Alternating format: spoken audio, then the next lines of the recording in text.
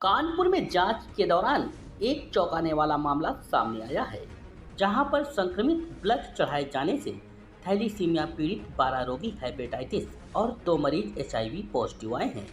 दरअसल थैलीसीमिया विभाग द्वारा 180 रोगियों की स्क्रीनिंग कराई गई थी, जिसमें 14 मरीज ऐसे सामने आए हैं जिनकी हेपेटाइटिस बी, हेपेटाइटिस सी और एचआईवी की रिपोर्ट पॉजिटिव आई है।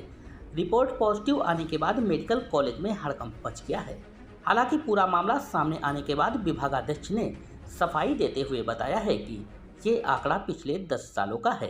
फिलहाल संक्रमित लोगों ने सरकारी हॉस्पिटल से खून चढ़वाया है या फिर निजी हॉस्पिटल से, इस बात की अभी तक कोई जानकारी नहीं मिल पाई है।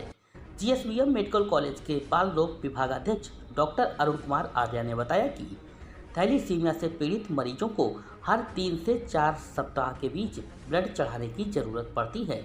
प्रतिवर्ष 16 से 24 बार खून चढ़वाना पड़ जाता है। ऐसे में मरीजों को संक्रमण का खतरा लगातार बना रहता है। लगातार इसकी जांच भी करवाई जाती है कि अगर किसी का संक्रमण हुआ है तो उसका इलाज किया जा सके। निकल के आ रहे हैं, कैसे क्या पूरा पकड़ लें, क्या इनकी जो दिक्कतें उनको साथ बताएंगे सर? मैं आपको बता दूं कि हमारे यहाँ जो थैलेसीमिया डे केयर सेंटर संचालित है, करीब 8 से 10 साल उसको हो गए हैं और इन थैलेसीमिया पीड़ित बच्चों को प्रत्येक 3 से 4 सप्ताह में ब्लड ट्रांसफ्यूजन की आवश्यकता होती है। तो मान के चलिए कि साल में इनको 16 से लेकर 24 बार तक खून चढ़ाना पड़ सकता है। तो जब भी आप खून चढ़ाते हैं तो खून के साथ हमेशा ये रिस्क रहता है कि इससे एसोसिएटेड जो इन्फेक्शंस होते हैं like hepatitis B, HIV, hepatitis C, malaria, cytomegalovirus, ये सब का खतरा रहता है। तो जो हमारे यहाँ जो पेशेंट का जो क्यूमुलेटिव डेटा है 8 से 10 साल में, इन बच्चों में से 2 बच्चे, क्योंकि हम लोग इनका रूटीन स्क्रीनिंग कराते हैं हर 3 से 6 माह में, जिससे कि हमको ये पता चल जाए समय रहते कि इसमें कोई हेपेटाइटिस बी या एचआईवी या इस तरह का पॉजिटिव तो नहीं हुआ है, जिससे कि उनको समय रहते पूरा ट्रीटमेंट उन बच्चों को दे दिया जाए। तो ये जो डेटा है आपको जो वहाँ पे प्रकाशित हुआ है, ये पूरा एक्चुअली 10 साल में इतने बच्चे हमारे यहाँ इन्फेक्टेड हुए हैं, जिसमें 2 एचआईवी हैं, 2 हेपेटाइटिस बी और 7-8 के आसपास जो हैं ये हेपेटाइटिस सी से संक्रमित हुए हैं। ये पूरा 10 साल का आंकड़ा है। ये कोई आंकड़ा ये नहीं है कि मतलब 1 महीने के अंदर या 6 महीने के अंदर ये पॉजिटिव हो गए हो। ये लंबे समय का पूरा आंकड़ा है 10 साल में।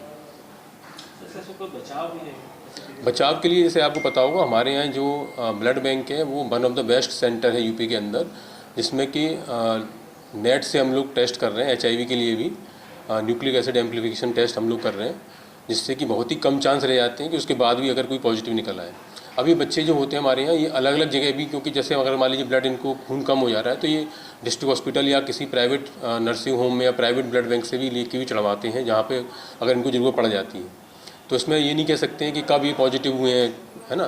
तो ये टोटल क्यूमुलेटिव 10 साल का आंकड़ा है। ये नहीं है कि 6 महीने के अंदर ये सब पॉजिटिव हो गए हो, लेकिन हम लोग स्क्रीनिंग इनकी हर 3 से 6 महीने पर कराते हैं, जिससे कि टाइम से इनका पता चल जाए और हम लोग समय से इनको इलाज दे सकें।